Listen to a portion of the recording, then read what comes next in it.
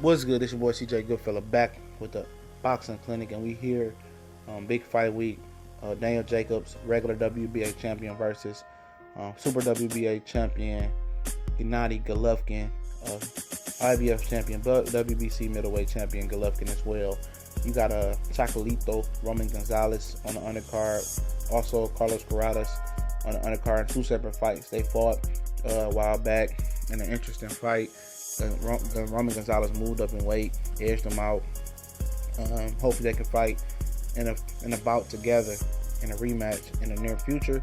But let's talk about this big fight right here. I don't agree with it being pay-per-view, but you got Golovkin, a guy that a lot of people hold to a high standard. He's a lot of people top 10 pound for pound list. He's just not in my top 10 pound for pound list. For you to be in my top 10 pound for pound list, you actually got to fight elite fighters in meaningful fights and big fights. And none of his fights is big fights. They try to artificially make them into big fights, but they're not. But there's no knock on him, you know what I mean, at all.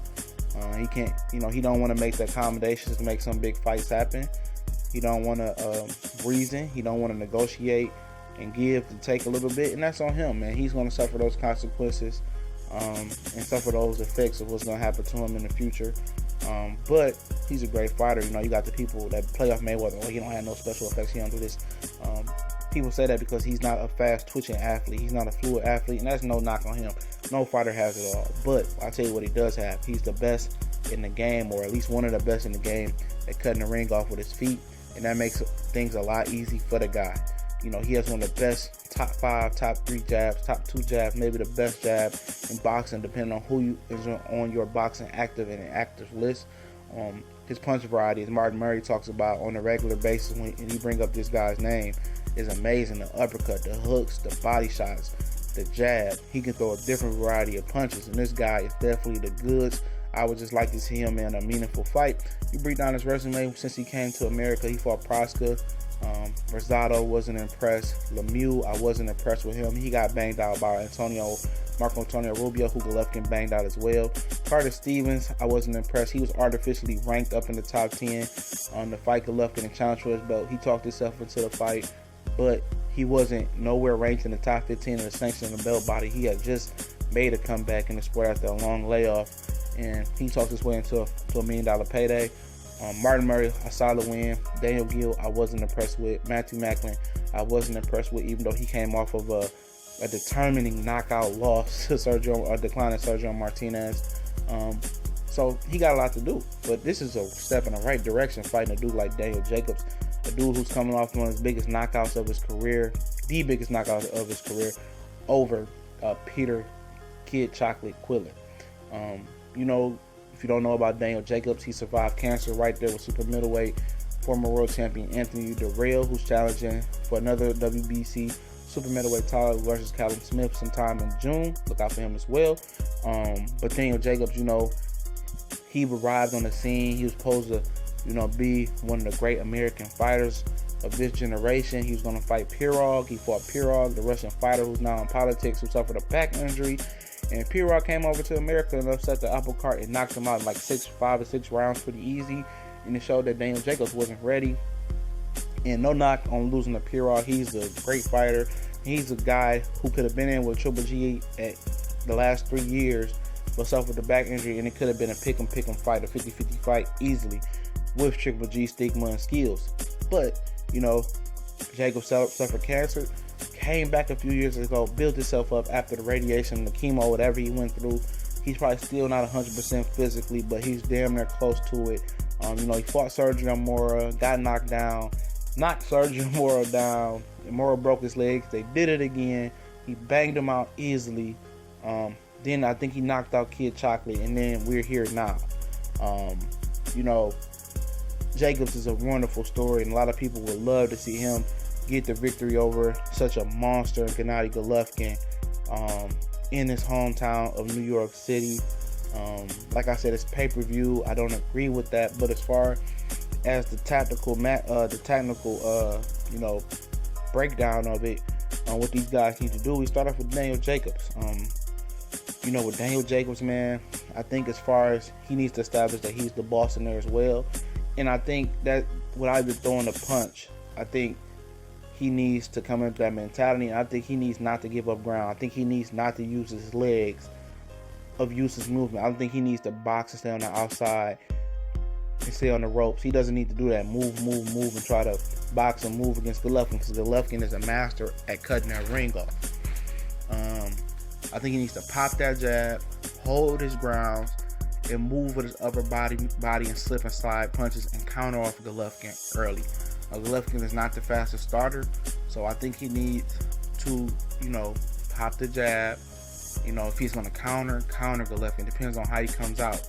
If Golovkin doesn't want to be aggressive, I think he needs to come out there and be first at time. I think he needs to mix it up. Sometimes be first, sometimes wait for Golovkin to counter, but you don't want to let Golovkin get ahead of steam and get the rolling. Get the pressing attack, getting full leverage on his punches, and establish that he's the boss with his pressure and his power. That's something Daniel Jacobs doesn't need to let happen. He needs to survive the early rounds, I agree, but moving around and giving up ground, I think that's the wrong thing. Maybe stay close to him at times, wrap him up, try to wear him down, hit him on the arms, try to do the body attack a little bit, but not get too overzealous with the body attack, for the simple fact that when you go to the body, you can sacrifice headshots sometimes. I think pump the jab, be first with a straight right, with the hooks, mix it up. Or if Golovkin wants to be aggressive, slip punches, counter off from 1-2. And then if you get it to the mid to late rounds, start putting combinations together. Then be aggressive, then press the attack. Then pop him, put 2, 3, 4, 5 together and start rolling on his ass. And once you get him to the later rounds, he has shown vulnerabilities to gas down the stretch.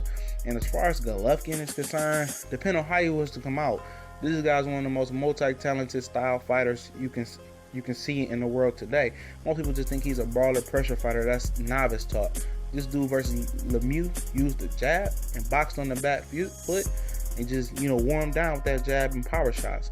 He's one of the best body punchers in the world.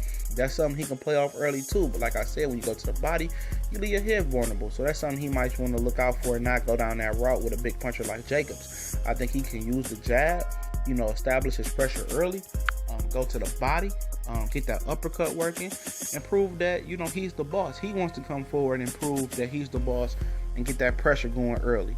You know what I mean? And prove to Daniel Jacobs that he can't take what he's dishing in this kitchen. He can't take the heat in Hell's Kitchen. And that's what he could do.